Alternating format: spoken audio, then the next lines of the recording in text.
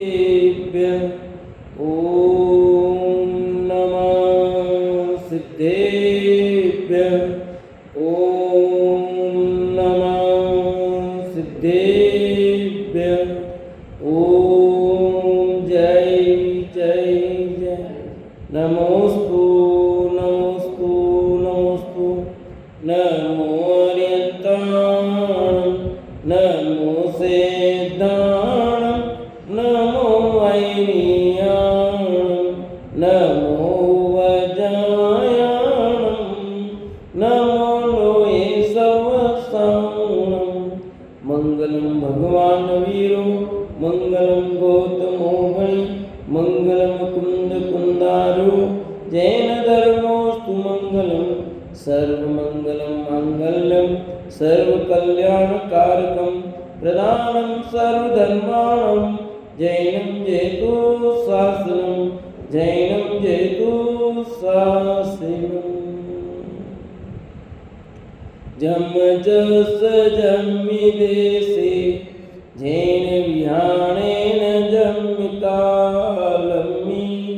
नानं जनेन नियतं जम्मं वा मरणं वा तमतस्स तम्मिदेशे तेन विहाणेन तम्मिकालम्मि कोशक्कदिवारेणुम् इंदु वा तजनिंदु वा।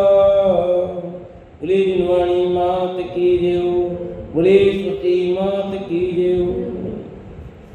सला का पुरुष ग्रंथ अपनी कथा में ये बात चल रही है। देव कुमार ने दीक्षा लेने की तैयारी की और राजपाट अपने भाइयों को सौंपना चाहा तो उन्होंने कहा नहीं, हम भी तुम्हारे रास्ते, और अपने भाइयों के साथ में दीक्षा ले ली। राजपाट अपने 6 साल के पुत्र के साथ सौंप दिया। तो भरत कुमार को, भरत के पुत्रों को ये बात जब सुनने को मिली उन्हें बड़ा आश्चर्य हुआ है। और आगे की क्या घटना घटती है वो हम देखते हैं। Page number 218। सबने आश्चर्य की मुद्रा में कहा, धन्य उनके विचार और धन्य है उनका जीवन।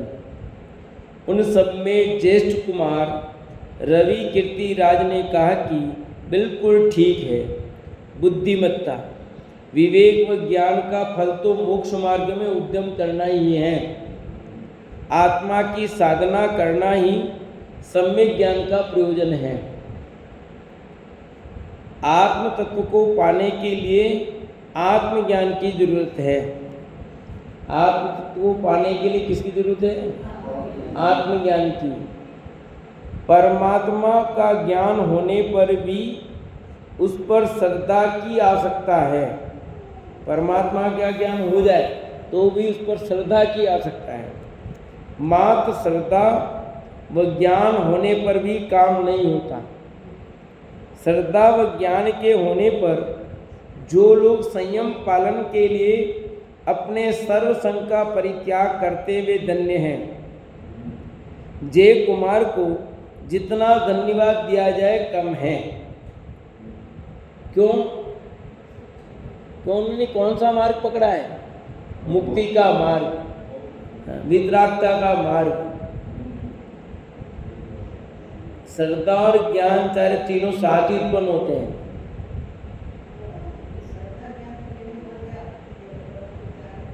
चारित्र भी साथ ही उत्पन्न होता है। ठीक है, बाबू जी ने अपने तत्व चर्चा में बात कही और होते ही है। अनंतानुबंधी गई तो चारित्र का अंश प्रकट हुआ ही है। सम्यक दर्शन ज्ञान चारित्र तीनों साथ ही उत्पन्न होते हैं।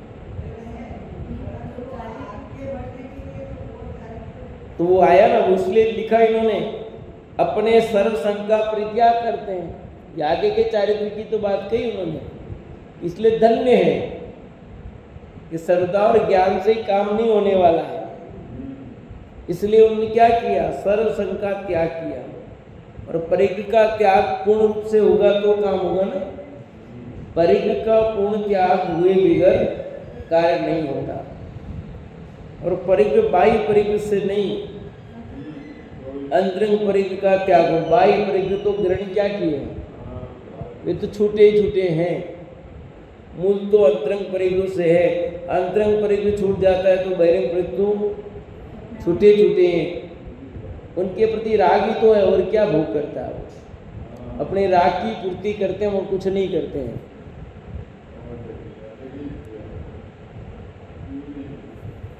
जय कुमार को जितना धन्यवाद दिया जाए कम है। मेघेश्वर जय कुमार ने तो संसार सुख का खूब अनुभव कर लिया था, राज सुख को भी भोग लिया था।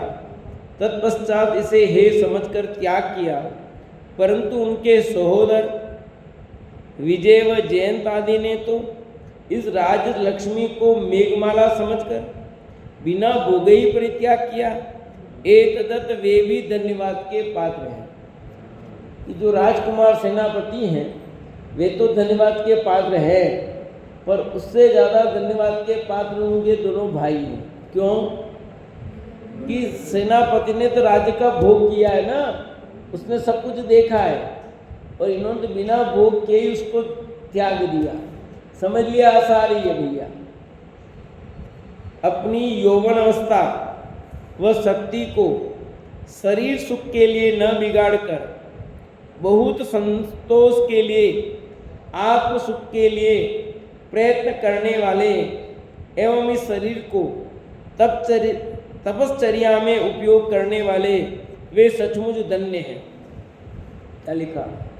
अपनी यौवन अवस्था में व शक्ति को शरीर सुख के लिए न बिगाड़कर, किसके लिए?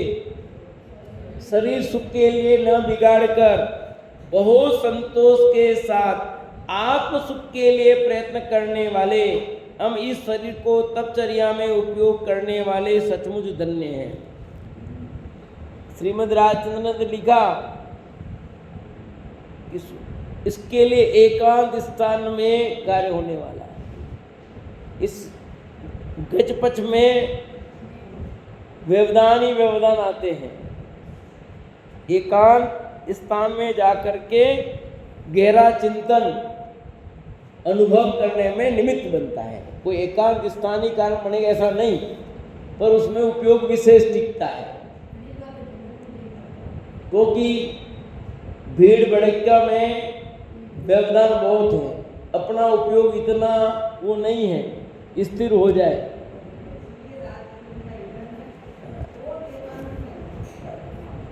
अभी हमको मिले थे भाई, अभी आए थे सासाराम, उन्होंने कहा सितंबर से दिगंबर हुए हैं 2016 से। एकांत चला जाता हूँ गुफा में, और गुफा में जाके एक ही काम करता हूँ, आत्मा का। उस आत्मा को पी लिया, गुरुदेव की सबकी वाणी को बस पी लिया, उस आत्मा को घुट के पी लिया, बस वही बारे की बात। आत्मा ही, कोई नाम नहीं हमारा, कोई नाम नहीं है ना भाई। जिसको लगन लगी है वो करने जैसा काम तो यही है भैया। कुछ भी करो, करने जैसा कार्य तो यही है। बाकी सब तो जंजाल है। संसार के सब तरफ देखो तो आग ही आग है। किधर देखो, जिधर देखो उधर आग लगी हुई है। हर परिवार की कहानी अलग अलग है, हर घर की कहानी अलग अलग है। और उस घर की कहानी सुनोगे तो उस घर की कहानी से दुख के अलावा क्या मिलता है मेरे को बताओ। किसकी भी उठाओ, किसी भी घर से उठाओ, हर घर की एक नई कहानी है। यदि मैं रोज कहानी लिखूं तो नई नई कहानियां हर घर की लिख सकता हूं, और सब नई नई, और उसमें मिलेगा दुख का अलावा क्या मिलेगा बताओ। उन सब से निष्कर्ष एक ही, दुख से बचना हो अपनी तरफ आओ भाई। ये आत्म साधना की बात कही जा रही है भैया। राज सुख को भी भोग लिया था उन्होंने तो, परंतु इन सोदरों ने तो वो भी नहीं भोगा, इसलिए धन्यवाद के पात्र हैं। वे सब चक्रवर्ती भरत के लिए भी वंद्य बन गए, इसलिए वे धन्य हैं। क्यों? अभी भरत जी राजपाट में हैं और इन्होंने दीक्षा ले ली, तो अब भरत जी के द्वारा भी वंदनीय हो गए कि नहीं हो गए बोलो। पहले वो भरत जी के अंडर में थे, अब भरत जी इनके अंडर में ही, समझो दशा बदल गई। तो दिशा बदल जाती है भैया। आज तक वे हमारे पिताजी, आ गया देखो मैं लिखा वही आ गया, आज तक वे हमारे पिताजी के अधीन होकर उनके चरणों में विनय से नमस्कार करते थे, परंतु आज हमारे पिताजी भी सेनापति जय कुमार के चरणों में नमस्कार करते हैं। सचमुच में जिन दीक्षा का महत्व अवर्णनीय है। पर ब्रह्म स्वरूप को धारण करने वाले योगियों को हमारे पिताजी नमस्कार करें तो इसमें बड़ी बात क्या है? क्योंकि अब सेनापति को नमस्कार नहीं है, अब तो दिगंबर जिन मुद्रा को वंदन है भैया। पर ब्रह्म स्वरूप को धारण करने वाले योगियों को हमारे पिताजी नमस्कार करें तो उसमें बड़ी बात क्या है? जिस प्रकार भ्रमर सुगंधित पुष्पों पर झुक जाते हैं, उसी प्रकार योगियों के चरणों में तो 3 लोग झुक जाते हैं। झुका कि नहीं झुका? 3 कदमों में पूरी पृथ्वी नाप ली। ध्यान देने योग्य बात यह कि सेनापति जय कुमार भरत जी से भी पहले दीक्षित हो गए थे। इस कारण भरत पुत्रों को ये विचार आ रहा है कि जो सेनापति जय कुमार पिता श्री भरत जी को नमस्कार करते थे, आज वे ही भरत जी के वंदनी बन गए। पहले भरत जी के चरणों में वे झुकते थे, पर आज भरत जी उनके चरणों में झुक रहे हैं। समय समय का फेर नहीं भैया, ये तो मुनिराज बने हैं, ये तो मुनिराज बने हैं इसलिए। पर लोक में भी देखते हैं ना, जिस सेठ के अधीन नौकर काम करता था, वो नौकर सेठ हो जाता है, और उसी नौकर के यहाँ वो सेठ जी नौकरी करते हैं, वो हो जाते हैं। ऐसे भी है कि नहीं केस?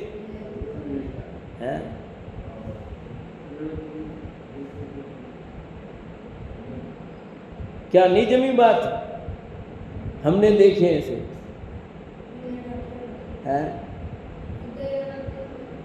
भैया। वही सेठ जी उन नौकर और सेठ बन गया है, और सेठ जी के आगे कंगाल और उनके वो काम कर रहे हैं। अब वो हो रहे, अरे एक भी बनते थे, बने हैं कि नहीं है? तो ऐसे चक्रवर्ती वाले कितने बनेंगे आप कह रहे हो? बनने की बात, एक घटना ऐसी नहीं घटती है क्या? ये वस्तु स्वरूप को समझाया जा रहा है भाई। अरे जिन बच्चों को हमने पढ़ाया, वे बच्चे हमें ट्रेनिंग देते कि नहीं देते? मैं पूछता हूँ। चलो, जिन गुरुजी को मेरे को पढ़ाया था, मैंने उन गुरुजी को मैंने ट्रेनिंग दी है, उन गुरुजी को मैंने ट्रेनिंग दी है, तो बोलो हुआ कि नहीं हुआ? मैं हूं ना प्रमाण।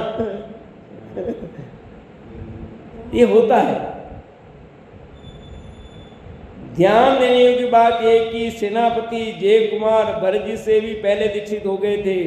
इस कारण भरत पुत्रों को यह विचार आ रहा है कि जो सेनापति जय कुमार पिताश्री से भरत जी को नमस्कार करते थे, आज वे ही भरत जी के वंदनीय बन गए हैं। सुजय, सुकांत, आप लोग अच्छी तरह सुनो। दीक्षा से बढ़कर दुनिया में दूसरा कोई काम नहीं है। शुक्ल ध्यान के लिए जिन दीक्षा ही सहकारी है, शुक्ल ध्यान मुक्ति के लिए सहकारी है। जो शुक्ल ध्यान के द्वारा कर्मों का नाश करने का पुरुषार्थ नहीं करते, वे संसार में ही परिभ्रमण करने वाले हैं। इस प्रकार बहुत विस्तार के साथ भरत पुत्र रवि कीर्ति राज ने जिन दीक्षा की महिमा की। किसने?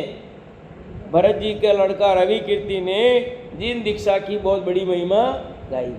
कि देखो, धर्म ध्यान तो प्रारंभ हो जाता है ग्रस्त अवस्था में, पर शुक्ल ध्यान नहीं होता है ग्रस्त अवस्था में। शुक्ल ध्यान तो मुनि अवस्था में ही होता है, और अभी पंचम काल में तो वो शुक्ल ध्यान अभी यहाँ नहीं होगा। हाँ, वहाँ पर आज भी हो रहा है। हाँ, वहाँ का कोई जीव यहाँ आ जाए, दीक्षा ले ले तो कर सकता शुक्ल ध्यान। यहाँ का जी वहाँ चला जाए तो वो नहीं कर सकता। मैं सोच रहा हूँ चला जाऊँ एक बार विदेह चित्र सीधा इस सदैव प्रमाण, पर कोई ले नहीं जा रहा है। सम्यक दर्शन प्राप्त कर सकता है, दीक्षा भी ले सकता है, पर शुक्ल ज्ञान नहीं कर सकता है, शुक्ल ज्ञान प्राप्त नहीं कर सकता है। क्योंकि आपका शरीर चरम शरीर ही नहीं ना। हाँ। इस कथन को सुनकर रोज कई दिनों से विकल्प चल रहा है ऐसे ही, एक बार विदेह क्षेत्र जाके आ जा, सब जगह जा रहे अष्टापद, अपने अष्टापद नहीं जाना है, अपने को विदेह क्षेत्र जाना है, भगवान की वाणी सुन करके आते फिर सबको सुनाते हैं। इस कथन को सुनकर वहाँ उपस्थित सर्व राजकुमार बहुत हर्ष व्यक्त करते हुए अपने मन में दीक्षा लेने का विचार करने लगे। क्या विचार करने लगे? दीक्षा लेने का।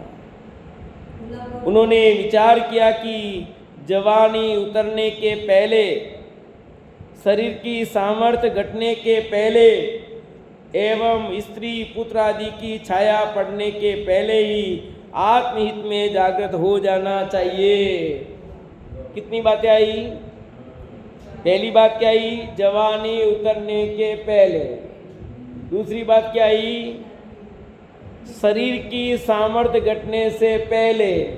और तीसरी बात आई स्त्री पुत्र आदि की छाया पड़ने के पहले ही आत्महित में जागृत हो जाना चाहिए, स्वरूप में सजग हो जाना चाहिए। अब हम वयस्क हो गए हैं, अतः पिताजी हमारे विवाह आदि करेंगे। स्त्रियों के पास में पड़ना मक्खी के तेल में अंदर पड़ने के समान तड़प तड़प कर जीवन मरण से भी भयंकर है। क्या कहा विमल जी? अनुभव है कि नहीं? ये लिखा है स्त्रियों के पास में पड़ना मक्खी का तेल के अंदर पड़ने के समान है।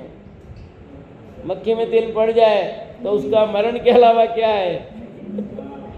इसलिए तो कहते हैं आदमी मर गया है, पिस पिस के इधर सुनता है पत्नी की, इधर सुनता है अपनी मम्मी की, इधर उसकी सुनता है, इधर उसकी सुनता है, उसके बीच में वो पीसा जाता है। होता कि नहीं होता? बोलो है, किसकी मानो और किसकी नहीं मानो? बोलो आप। फिर बहू और आ गई हो तो तीन की, अपनी मम्मी की, अपनी पत्नी की और अपनी बहू की। उसकी क्या हालत होती है? इसलिए कितना खतरनाक है, मक्खी का तेल के अंदर पड़ने जैसा है। एक तैयारी होगी दीक्षा की, समझो। इसलिए वो लिख रहे हैं, क्या लिखा? जवानी उतरने से पहले दीक्षा ले लेना बढ़िया है, क्योंकि जवानी उतर जाएगी फिर धर्म साधन करना कठिन है। जिस अवस्था में धर्म साधन होता है वो श्रेष्ठ है। मैंने कई बार कहा है, लिखा भी है कि जिस प्रकार धन कमाने की अवस्था युवावस्था है, उसी प्रकार धर्म करने की अवस्था युवावस्था है। जैसे बुढ़ापे में धन कमाना कठिन कार्य है, यदि जिंदगी भर नहीं कमाया हो तो, जिंदगी भर न कमाया हो तो बुढ़ापे में धन कमाना कठिन कार्य है।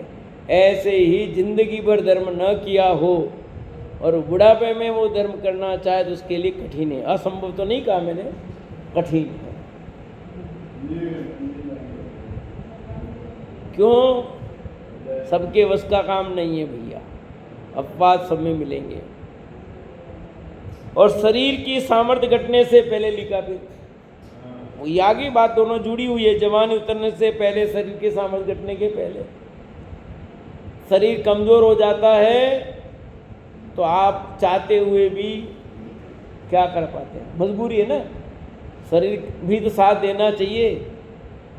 हम चाहते हैं कि आराम से बैठ कर के ढंग से नीचे स्वाध्याय करें, चिंतन करें, पर नहीं बैठ पा रहे हैं।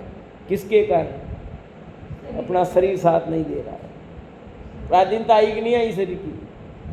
अपन चाहते हैं कि हमें किसी प्रकार की आकुलता व्याकुलता नहीं हो, स्वाध्याय सुनते वक्त नींद नहीं आए, पर ये शरीर की पराधीनता में आ जाती है।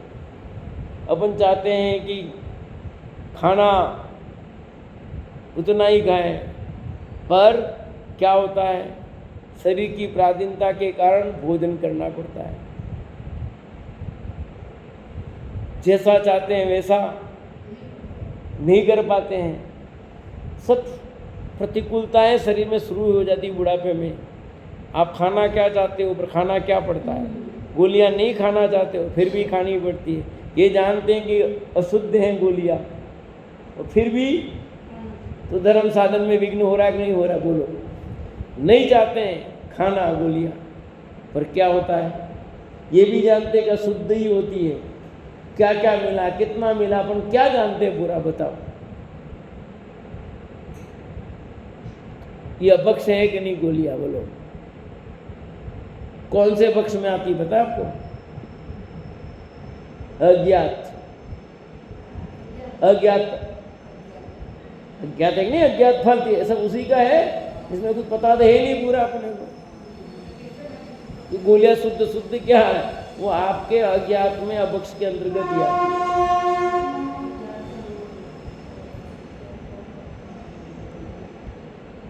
स्त्री के ग्रहण करने के बाद सुवर्ण को ग्रहण करना, सुवर्ण को ग्रहण करने के बाद जमीन जायदाद को ग्रहण करना पड़ता है, तथा स्त्री सुवर्ण व जमीन को ग्रहण करने वाले जंग चढ़े हुए लोहे के समान होते हैं। क्या लिखा? स्त्री को ग्रहण किया तो फिर सोना चाहिए, चढ़ाना भी पड़ेगा, पहनना भी पड़ेगा ना आगे, और सोना है तो सुवर्ण ग्रहण के बाद फिर जमीन जायदाद। तो इसके बाद क्या होगा कि जंग चढ़े हुए लोहे के समान, इनको ग्रहण करना मतलब आदमी की क्या दशा होगी, वो जंग लगा हुआ लोहा है ना, वैसा हो जाता आदमी। पहले वो सोना था, अब सोने की जगह क्या हो गया, वो लोखंड हो गया, और लोखंड भी कैसा, जंग लगा हुआ। इस कारण से मोह की वृद्धि होकर दीर्घ संसारी बनते हैं। फिर तात्पर्य ये कि कन्या ग्रहण के बाद उसके लिए आवश्यक जेवर वगैरह बनवाने पड़ते हैं एवं अर्थ संचय करना पड़ता है। बाद में ये भावना होती है कि कुछ अचल संपत्ति का निर्माण करें। इस प्रकार मनुष्य संसार के बंधन में बनता ही चला जाता है। एक के बाद एक नई नई कहानी शुरू होती है ना। इसलिए लिखा ना डॉक्टर साहब ने सर्वबोधि महावीर तीर्थ में कि भगवान महावीर के जीवन में एक दुर्घटना घटी नहीं, दूसरी अनेक घटनाएं घटी। एक घटना घटती तो अनेक दुर्घटना घटती, पर उनके जीवन में एक ऐसी दुर्घटना थी जो घटी नहीं, तो बाकी सब दुर्घटनाओं से टल गए।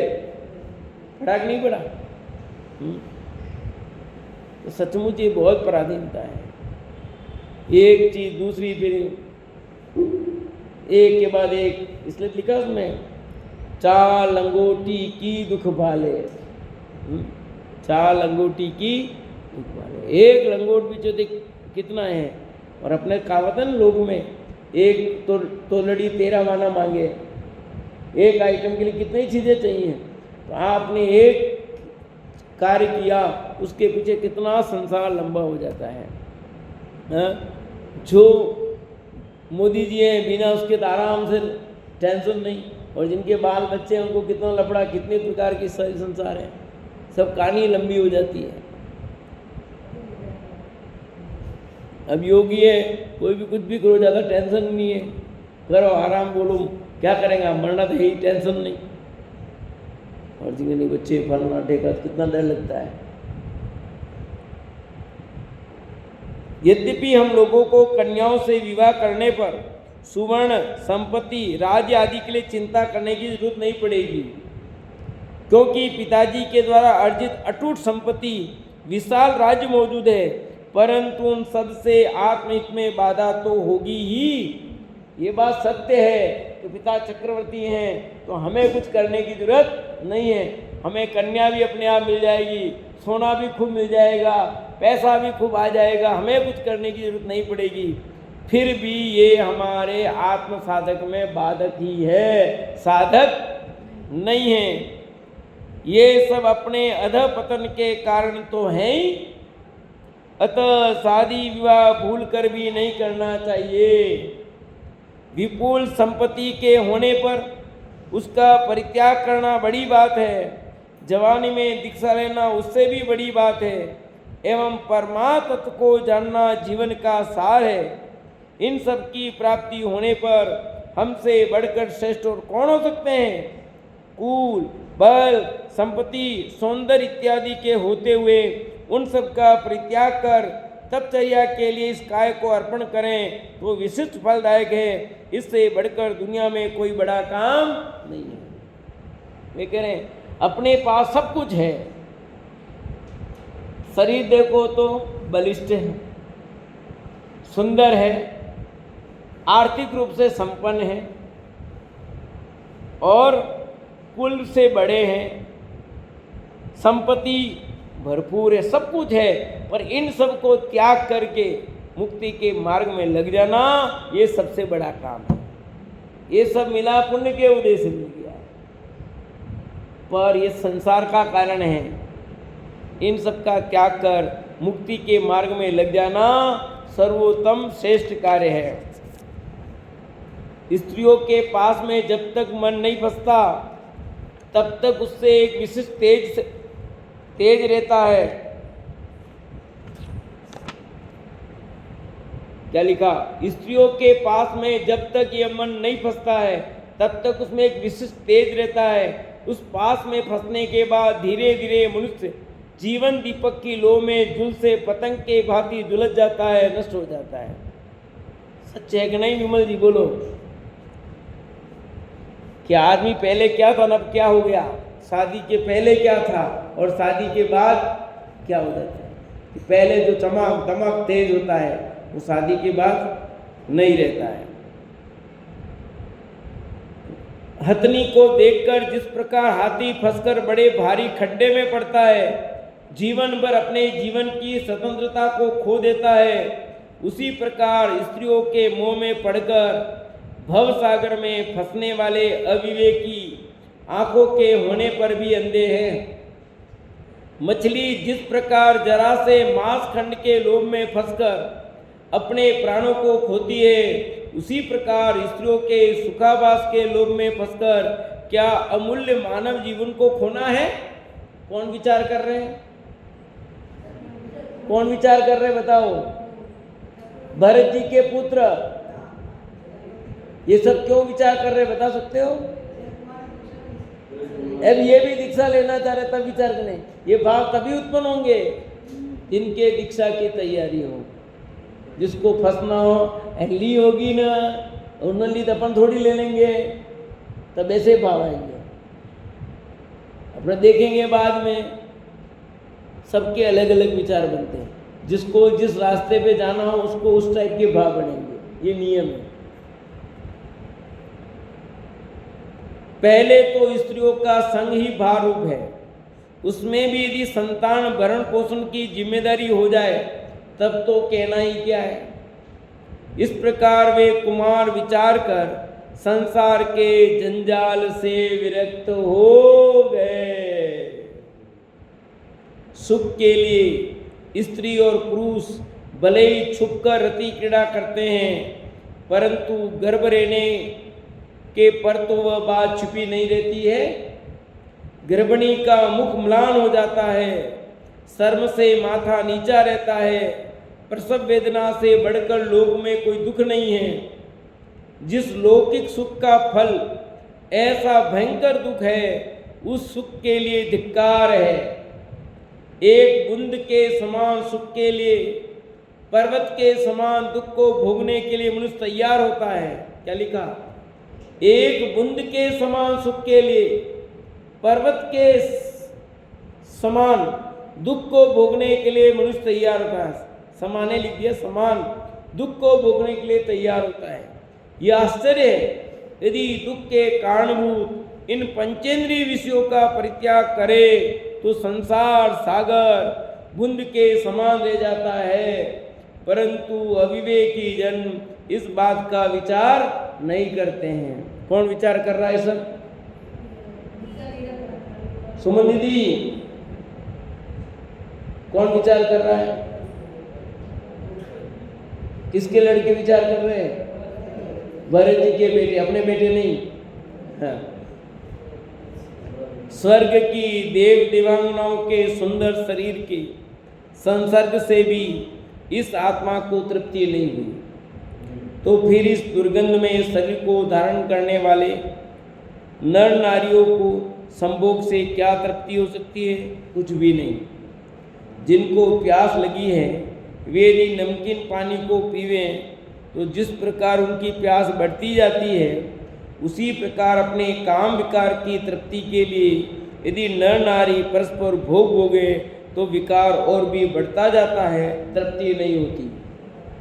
जिस प्रकार अग्नि पानी से बुझती है और घी से बढ़ती है, उसी प्रकार कामाग्नि सच्चिदानंद आत्मरस से बुझती है, परस्पर के संघर्ष से बढ़ती है। यह नियम है कि हमें अपने इसको अभाव करना है तो आत्मरस में डूबना पड़ेगा।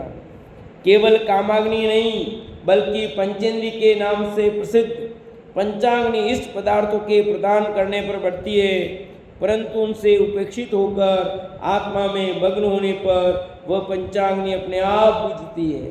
पंचाग्नि मतलब 5 इंद्रिय के विषय भोग। स्नान, भोजन, गंध, पुष्प, आभूषण, नृत्य गान आदि आत्मा को तृप्त नहीं कर सकते। कौन कौन? ये जितने भी बाहर के चकाचौंध दिखाई देती है ना, क्या हमें वो संतुष्ट कर पाएंगे? अष्टापद गए, हो गए संतुष्ट, हो गया मोक्ष है क्या? नहीं हुए? बताओ कहाँ जाने से संतुष्टि मिली? कहाँ जाने से कार्य होगा? सम्मेल शिखर चले गए, चलो सम्मेल शिखर जाए, हो जाएगा। कह रहे कि स्नान करो, भोजन करो, गंध, पुष्प, आभूषण, नृत्य गान आदि आत्मा को तृप्त नहीं कर सकते। आत्मा की तृप्ति आत्म ध्यान में ही हो सकती है ना। आज बच्चों को पाठ पढ़ाया आत्मानुभूति और तत्व विचार, सुबह क्लास में बच्चों को इतनी बढ़िया बढ़िया पढ़ो आत्मानुभूति तत्व विचार वाला पाठ। तत्व ज्ञान पाठमाला भाग में यहाँ रखी किताब, पढ़ना आत्मानुभूति, बहुत सुंदर विवेचन किया है इसकी। यहाँ रखी किताब, पढ़ना आत्मानुभूति और तत्व विचार। करने जैसा कार्य क्या है? आत्मानुभूति, और आत्मानुभूति का उपाय तत्व विचार है। आत्मानुभूति करनी है, उसका उपाय क्या है? तत्व विचार। वही बार बार सब बात यही आएगी भैया। और पूरे बच्चों को बताया मैंने, आपको भी बताया है सबको, कि भाई हम सबका मूल उद्देश्य क्या है। जितनी भी पढ़ाई करते हैं, जितने भी शास्त्र पढ़ते हैं, इन सब शास्त्रों का निष्कर्ष क्या है? किसके लिए पढ़ना? बताओ। ये इतनी कहानी पढ़ रहे हैं, प्रथमानी पढ़े, द्रव्यानी पढ़े, चरणानी, सबका लक्ष्य क्या पढ़ने का? तो आत्मानुभूति नहीं हुई तो सब ग्रंथ पढ़ने का सार क्या रहा? कुछ नहीं हुआ ना। ये बात भी आई थी उसमें श्रीमद् राजचंद्र के उस अध्याय में। कितना भी कुछ करो, यदि वो मूल काम नहीं हुआ, कितने भी पढ़ लिए, उसमें आया था 14 पूर्व, जबकि अपने यहाँ तक 11 अंग 9 पूर्व की बात, उसमें 14 पूर्व की, 14 पूर्व। फिर उसमें समझा कि आत्मा को नहीं जाना, ये सब कितना भी पढ़ लिया तो क्या मतलब है? 11 अंग 9 पूर्व का ज्ञान हो गया, पर एक आत्मा को नहीं जाना बस। बाकी कौन कितना ज्ञान है? 11 अंग 9 पूर्व का ज्ञान समझते हो? अगाध ज्ञान, अगाध, बिना किताब के जो ज्ञान होता है ना ज्ञान, वो कोई किताब नहीं देखनी पड़ती है। विश्व का उन्हें जहां से पूछो वो सब बता दे आपको, भूत भविष्य वर्तमान सब बता दे आपको। इतना ज्ञान उनको मिथ्या दृष्टि को, एक मिथ्या दृष्टि को अधिकतम ज्ञान इतना हो सकता है। फिर भी एक आत्मज्ञान के बिना वो, और एक तरफ बहुत अल्प ज्ञान, तुष्मास भिन्न जितने ज्ञान में भी संबंधित कार्य कर लिया, तो केवल ज्ञान ले लिया और मोक्ष हो गया। बोलो, तो उपादेयता किसकी है? ज्यादा शास्त्र पढ़ने की, शास्त्र रटने की है? शास्त्र एक भी न रटा, एक भी न आता हो, कोई बात नहीं, पर अपने को जान लिया तो हो गया था। तो उपाय तो ये करना है, किसको जानने का? आत्मा को जानने का उपाय करना, आत्मानुभूति का उपाय करना। यदि संसार के मोह को छोड़कर ध्यान का अवलंबन करे तो वह ध्यान आगे जाकर अवश्य मुक्ति को प्रदान करेगा। इसलिए आज इधर उधर के विचार छोड़कर दीक्षा को ग्रहण करना चाहिए। थप्पा लगा दिया। इस बात को सुनते ही सब लोगों ने हर्ष पूर्वक समर्थन किया। उन्होंने कहा, हम सब कैलाश पर्वत पर चले, वहां पर मेरू पर्वत के समान उन्नत रूप से विराजमान भगवान आदि प्रभु के चरणों में पहुंचकर दीक्षा लेवें। चलो दादा के दरबार, चलो ऋषभ के दरबार, ये शुरू हो गया, समझे? चलो दादा के दरबार, चलो ऋषभ के, सुना नहीं सुना? बालपोथी 2 में दी ना कविता, चलो दादा के दरबार, चलो प्रभु के दरबार। इस बात को सुनते ही सब कुमार आनंद से उठ खड़े हुए। उनमें से कोई कहने लगे कि हम पिता श्री भरत जी के पास चलकर उनकी अनुमति लेकर दीक्षा के लिए जाएंगे। दूसरे कोई कहने लगे कि यदि पिताजी के पास गए तो दीक्षा की अनुमति नहीं मिल सकती, वे कभी हाँ कहेंगे ही नहीं। अन्य कोई कहने लगे कि पिताजी को एक बार समझा बुझा कर आ भी जाए, परंतु माताओं की अनुमति पाना तो असंभव ही है, यहाँ खतरनाक मोह पलता है, इसलिए उनके पास जाना उचित नहीं है। हम हमारी माताओं के पास जाकर कहें कि दीक्षा की अनुमति दीजिए, तो क्या वे सीधी तरह से ये कहेगी कि बेटा जाओ, तुमने बहुत अच्छा विचार किया है? कभी नहीं, ऐसा कभी हो ही नहीं सकता है। उल्टा वे हमारे गले लगकर रोएगी, फिर हमारा दीक्षा हेतु गृह छोड़कर जाना मुश्किल हो जाएगा। नारिया स्वभावतः भावुक तो होती ही है, फिर मातृ हृदय का तो कहना ही क्या है। देखो इस संसार की विचित्रता। पुत्र पिता हो जाता है, पिता उसी जन्म से अपने पुत्र का ही पुत्र बन सकता है। पढ़ा ना? पुत्री माता हो जाती है, उसी प्रकार जन्म से ही माता पुत्री की पुत्री बन जाती है। बड़ा भाई छोटा भाई बन जाता है, स्त्री पुरुष होती है, पुरुष स्त्री होता है। यह सब कर्म का विचित्र चरित्र है। शत्रु कभी मित्र बन जाता है, मित्र कभी शत्रु बन जाता है। परिवर्तनशील संसार की स्थिति का क्या कहना। यहाँ पर सर्व व्यवस्था परिवर्तनशील है, इसलिए कौन किसका भरोसा करे भैया। दशाएं बदलती रहती है, निरंतर बदल रही है। कौन कब शत्रु कौन मित्र, हाँ जैसे देते हैं पार्टी में, कौन किधर बदल जाएगा पता नहीं। यह सब विचार करते हुए वे राजकुमार जिस समय वन में जा रहे थे, तो मार्ग में अनेक नगरों की प्रजा पूछ रही थी कि ये राजकुमार कहाँ पधार रहे हैं। उत्तर में वे राजकुमार कहते हैं कि हम कैलाश पर्वत पर आदि प्रभु के दर्शन करने के लिए जा रहे हैं। पुनः वे पूछते कि आप लोग पैदल चलते हुए क्यों जा रहे हैं? वाहन आदि को ग्रहण कीजिए, आप इतने बड़े बड़े चक्रवर्ती के बेटे हो, पैदल जा रहे हो। उत्तर में वे कहते भगवंत का दर्शन जब तक नहीं होता तब तक हमारा पैदल चलने का ही नियम है, इसलिए वाहन आदि की जरूरत नहीं है। भरतेश्वर के सुकुमारों की चित्तवृत्ति को देखकर पाठकों को आश्चर्य हुए बिना नहीं रहेगा। इतने अल्प व्यय में भी इतने उच्च विचार, संसार भीरुता, वैराग्य संपन्न विवेक पुण्य पुरुषों को ही हो सकता है भैया। ये देखो कोई महापुरुष तो उन्हीं को होता है।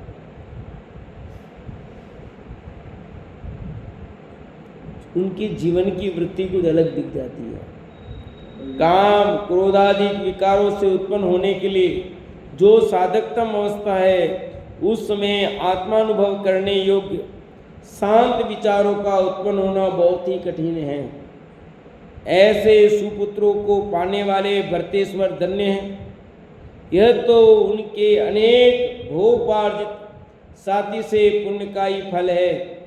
उन्होंने ऐसे विवेकी ज्ञान गुण संपन्न सुपुत्रों को पाया है जिन्होंने बाल्यकाल में ही संसार की असारता को अच्छी तरह ज्ञान कर लिया है। इसका एकमात्र कारण यह है कि भरतेश्वर सदा तद्रूप भावना करते थे। धन्य उन राजकुमारों को जिन्होंने पिता के पूर्व दीक्षा लेने का निश्चय कर लिया। इस प्रकार यह कथानक यहाँ पूर्ण होता है। आगे कथानक 19वां पर्व चलेगा। आदि स्वर की दिव्यधनी सुनकर भरत के पुत्रों को वैराग्य दीक्षा, ये आगे कल कथानक शुरू होगा।